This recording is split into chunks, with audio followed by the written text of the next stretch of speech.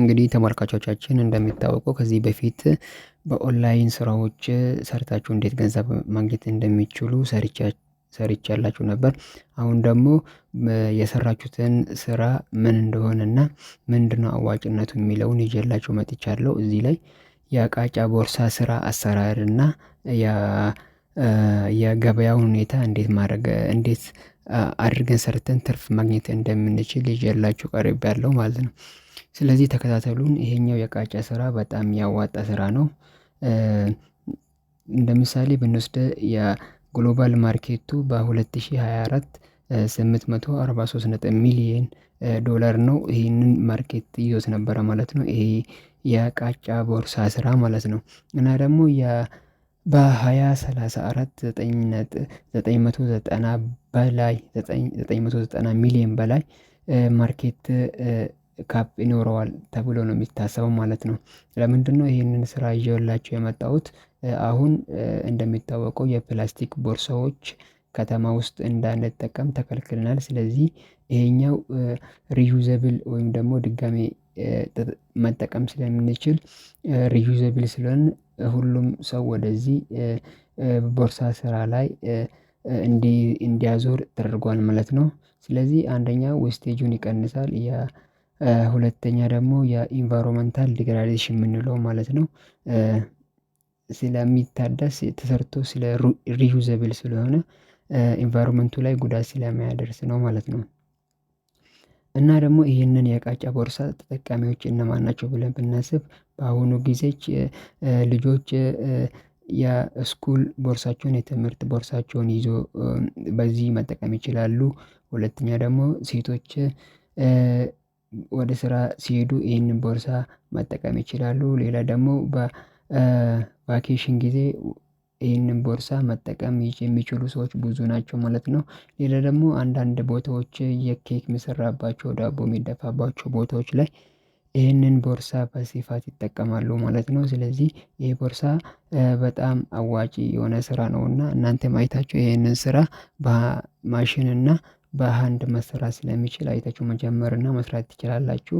በተለይ ደግሞ ውጭ ሀገር ያላችሁ ሴቶች ወንድሞቻችን እህቶቻችን ይሄንን ማድረግ ትችላላችሁ ማለት ነው። ሌላ ደግሞ ለዚህ የሚያስፈልገው የቃጫ ጨርቅ ነው። ይሄ የቃጫ ጨርቁ በጣም ሶፍት የሆነ ነው። በጣም ደግሞ ለረጅም ጊዜ መቆየት የሚችል ነገር ነው። ስለዚህ ይሄ ደግሞ ከቬጂቴብሎች ላይ ለመጠቀም በጣም የምንጠቀምባቸው እና ውጭ ሀገር የሚጠቀሙበት ስለሆነ ይሄን ነገር መስራት ትችላላችሁ ማለት ነው።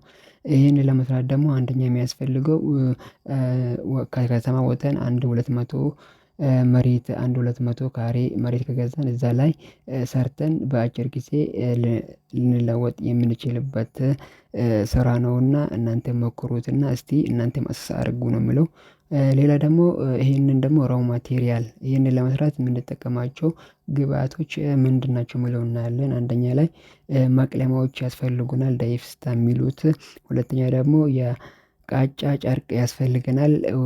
እኛ ይሄን ነገር ማምረትም አይጠበቅብንም የተመረተውን ቃጫ ካገኘን ይሄ ከዚህ ላይ መስራት ስለምንችል ማለት ነው። ሁለተኛ ደግሞ ፕሪንቲንግ ገም የምንለው ደግሞ ወይ ማጣበቂያዎች ያስፈልጉናል። ይሄ ሌላ ደግሞ ፓኪንግ ማቴሪያል የምንላቸው ማሸጊያዎች ሌብሎች ያስፈልጉናል። ሌላ ደግሞ ኬሚካል እና ረዳት ኬሚካሎች ነገሮች አንዳንድ ያስፈልጉናል። ሁለተኛ ደግሞ የፒቪሲ ያስፈልገናል። ሌላ ደግሞ መለጠፊያ ስቲከሮች ወይም ደግሞ ማጣበቂያዎች ያስፈልጉናል። ሌላ ደግሞ እዚህ ላይ የሚያስፈልጉ ዋና ነገር የስዊንግ ትሪድ ወይም ደግሞ ሲፌት ክር ያስፈልገናል ማለት ነው። እነዚህን ካሟላን እነዚህ ራው ማቴሪያሎች ወይም ደግሞ ግብአት ናቸው ማለት ነው።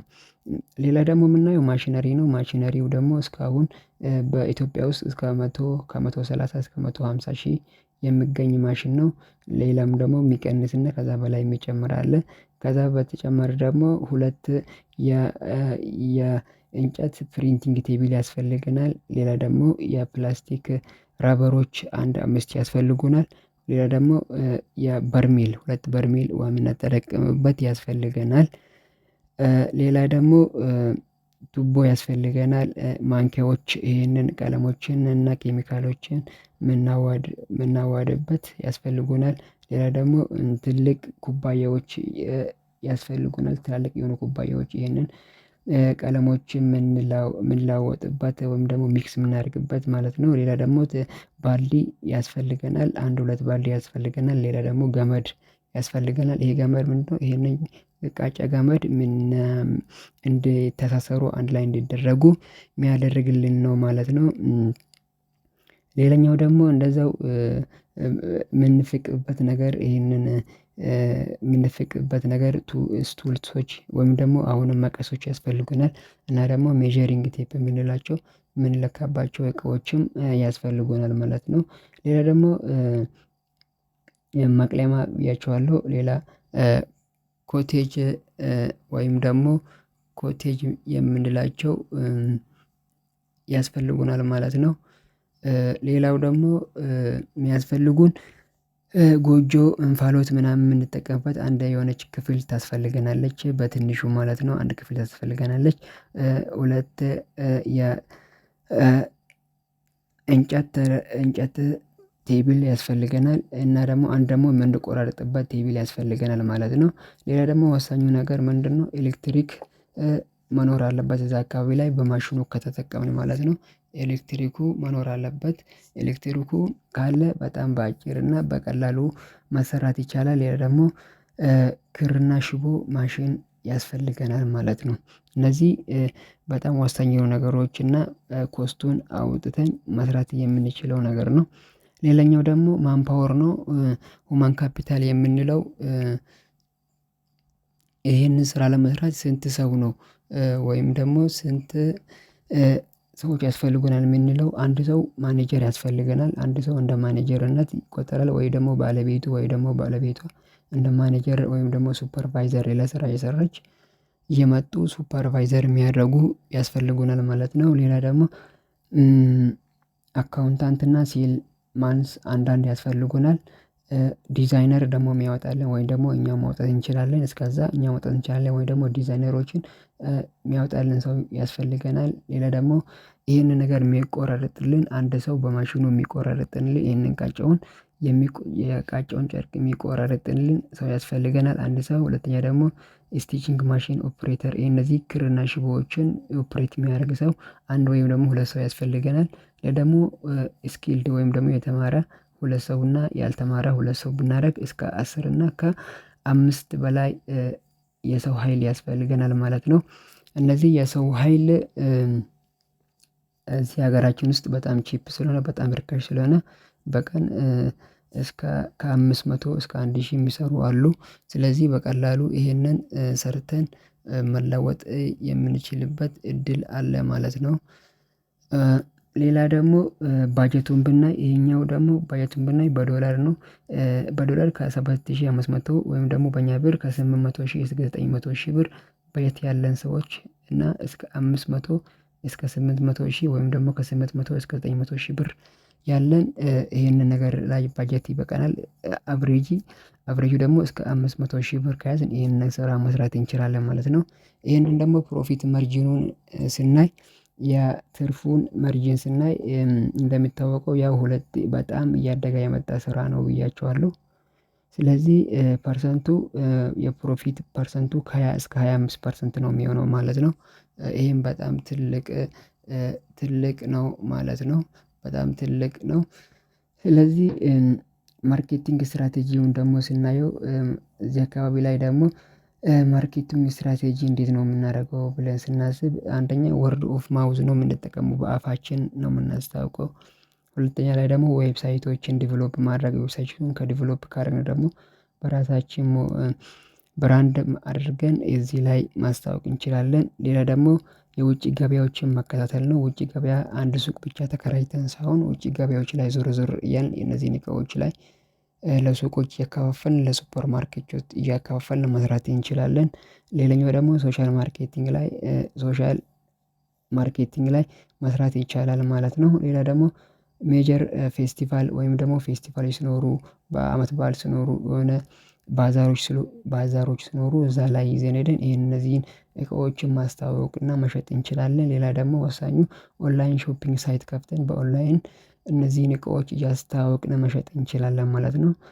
መጨረሻ ላይ የምናየው እነዚህ ቢዝነሶች እንዴት ነው ማደጋቸው እንዴት ነው ቢዝነስ ግሮዙን ስናይ ምንድነው የሚፈልገው ይሄ ቢዝነስ በጣም ማስታወቅን ይፈልጋል። በጣም በተለፋበት ሁኔታ ማስታወቅን ይጠይቃል ማለት ነው።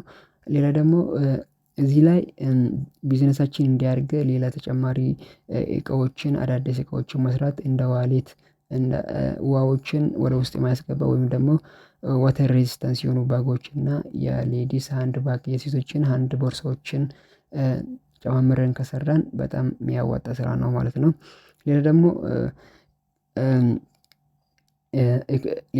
ሌላ አንድ ቦታዎች ላይ ሱቅ መኖር ያስፈልጋል ወይም ደግሞ አንዳንድ ቦታ ላይ ለምሳሌ ሰዎች የሚበዙበት አካባቢዎች ላይ እነዚህ ቦታ ላይ ትንሽ ትንሽ ቦታዎችን ይዘን እዛ ላይ ቦርሳዎችን ማስታወቅና መሸጥ ይቻላል ማለት ነው። ሌላ ደግሞ ፓርትነር ወይም ደግሞ የስራ አጋርነትን በእጅ የሚሰሩትና በማሽን የሚሰሩት ጋር የአጋርነትን በመፍጠር እነሱ ጋር መሸጥ ይቻላል ማለት ነው። ሌላ ደግሞ በኦንላይን ስራዎች በኦንላይን መሸጥ ይቻላል። አሁን ያለው ዲጂታል ማርኬት ስለሆነ ጊዜው እዛ ላይ መሸጥና መለዋወጥ የሚቻልበት ጊዜ ነው ማለት ነው። ሌላ ደግሞ ፕሮሞት ኦን ሶሻል ሚዲያ ፕላትፎርም የተለያዩ ሶሻል ሚዲያ ፕላትፎርሞች አሉ እነ ቲክቶክ ፌስቡክ ኢንስታግራም ትዊተር ላይ እነዚህን እቃዎችን ፕሮሞት ወይም ደግሞ ማስተዋወቅ አለብን ማለት ነው። ሌላ ደግሞ ፕሮሞት ዘ ኮንሴፕት ኦፍ እነዚህን እቃዎች ከተጠቀምን ጥቅማቸውን ለሰዎች ማስረዳት ነው። እነዚህ ቦርሳዎች ስትጠቀሙ ድጋሚ ሪዩዘብል ስለሆኑ ድጋሚ ማግኘት እንደሚችሉና ሲጣሉም ደግሞ ቶሎ ወደ ገበያ እንዲመለሱ የሚችሉት ቦርሳዎች እንደሆኑ ደግሞ ማስታወቅ ነው። ሌላ ደግሞ ፓርትነር መፍጠር ነው። እንደ ሱፐር ማርኬት ያሉት ትላልቅ ሱቆች ያሉት ላይ ፓርትነር ሆነን እነዚህን ቦርሳዎች በቋሚነት እንዲረከቡንና እንድንሸጥ ማድረግ እንችላለን ማለት ነው። ስለዚህ ይሄ የቦርሳ ስራው በጣም አዋጭና በአጭር ጊዜ ማደግ የምትችሉት ቢዝነስ ስለሆነ ነው። ስለዚህ እነዚህን ሁሉ ፋክተሮች ምንድነው ይሄንን ማርኬት ቢዝነሱ ምንድነው የሚያደርገው? ለሁሉም ሴቶች ወይም ደግሞ ለእህቶቻችን ለውጭ ሀገር ያሉት በጣም ወሳኝ ነው። በጣም ደግሞ በአጭር ጊዜ የሚጠቀሙበት ስለሆነ ይህንንም ስራ ማየት ትችላላችሁ ማለት ነው። እንግዲህ ተመልካቾቼ ስለዚህ ይሄንን እዩት። ሌላ ደግሞ ወደፊት ይዤላችሁ ሌላ አማራጮችን ኦንላይን የሚሰሩት እና እንደዚህ በአጫጭር በትንሽ ነገር ተሰርቶ ወደ ማደግ የሚቻልበት ስራዎችን ይዤላችሁ እመጣለሁ። እስከዛ ደህና ሰንብቱ ነው የምላችሁ።